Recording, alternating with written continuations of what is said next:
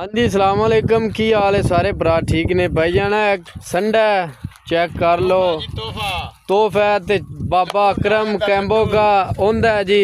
लड्डू इंदा ना लड्डू लड्डू ते 5 लाख रुपया डिमांड करते ने ते 4 लाख ते 40,000 दा 4.5 लाख दा ये ते सौदा देगा बाबा अकरम इधे मुँह कर हाँ जी किन्ने दा दे देगा यार 4.5 ਦਾ ਦੇ ਸਕੋ 10 ਦਾ ਘਾਟਾ ਮੁੜ ਆ ਮੈਂ ਜਿਹੜੀ ਗੱਲ ਕੀਤੀ ਵੀ 4 ਲੱਖ 40 ਦਾ ਸਾਡਿਆਂ ਦਾ ਸੰਡਾ ਚੰਗਾ ਬਿਹਤਰੀਨ ਲੱਡੂ ਸਾਹਿਬ ਭੱਜ ਵਗੋ ਇਹ ਜੀ ਸੰਡਾ ਚੈੱਕ ਕਰ ਲੋ वजन किन्ना को होना है खान साहब वजन इंदा तकरीबन 8 कुमान है 8 तो चौक है 8 तो चौक है 8 तो चौक है वे मेरे हिसाब नाल 11 दे अंदर बाहर है 11